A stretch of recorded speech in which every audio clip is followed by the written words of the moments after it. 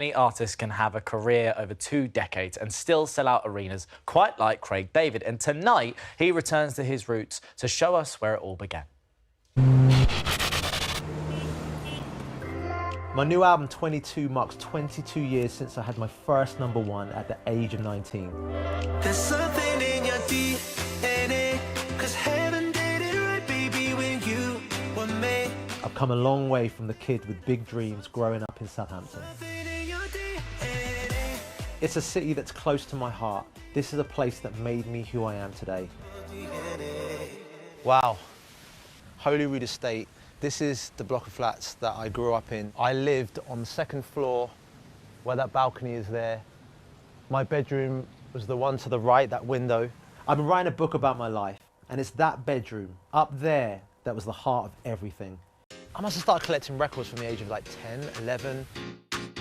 We'd go to all the record stores and always he'd want more records than he had money for. There was always that moment where I thought, yeah, I know I'm going to pay out for a few more records, you know. The vibe that I got growing up on this council estate inspired me to be the artist I am. So my mum and dad split up when I was around 8 years old. My dad was a huge influence growing up. He was the bass guitarist in a local band called Ebony Rockers, who went out there and really brought reggae music to Southampton and also fought for social injustices that were going on at the time. Now there's a mural on the wall in Southampton to celebrate their incredible legacy. Dad. Oh, Dad. Wow. Yeah. Ah, it looks amazing. I'm proud of you. Long know time it's- coming, Craig. Long time coming, all this, my man. You know how it was when listening to the music when I was growing up? It touched me even though it took years later to realise really what it was saying, you know? From an early time, coming home from the club and record box on the floor, like, I take off my jacket, put it in a corner, take off my hat, put it in a corner. You take the hat, put the hat on, put the jacket on, flick into the record, Dad, I'm going to the blues tonight. See, I always had it in me, yeah?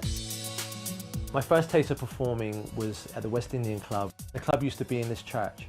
So wait, so the DJ booth would have been over here, yeah? No, these have been over here, but I had on top of the stage in the middle, right here. And the stage was... Right here. It's Saturday night, DJ Flash is playing his set, and I hear Horace Brown, Things We Do for Love, one of my favourite songs. So I run over to the DJ booth and I say, oh, can I grab the mic? Can I grab the mic? I just saw it there on the side. So I didn't really ask, I sort of just grabbed it. And then I just started to ad-lib and sing over the top. I knew the song so well. And I could see my dad's face from the corner, like, the smile of, I felt it was like, there's my son, yeah?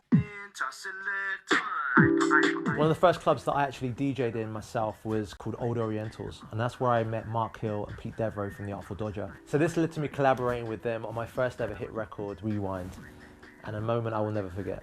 My first solo single, Fill Me In, followed in 2000, ended up being my first #1. So I started to experience what success was, and it showed me that it has its good and its bad. I've definitely experienced what imposter syndrome feels like when you have such rapid success and then you're questioning, is this really me? Is someone gonna pull the rug from underneath my feet? And there comes a point at which I realized that actually, no, it was my music and it was the songs that I'd created.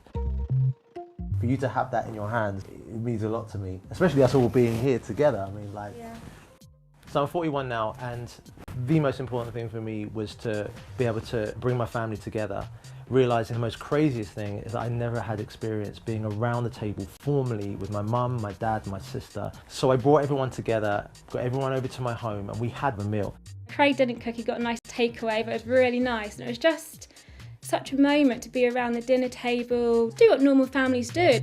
To have that moment with my family meant everything, more than the albums, more than the success. I've realised that actually coming home and being with my family is all that kid ever really wanted. I love you. Special thanks to Craig for sharing that with us, and you can get a copy of his new memoir from next Thursday, and the album is out today. It is that time of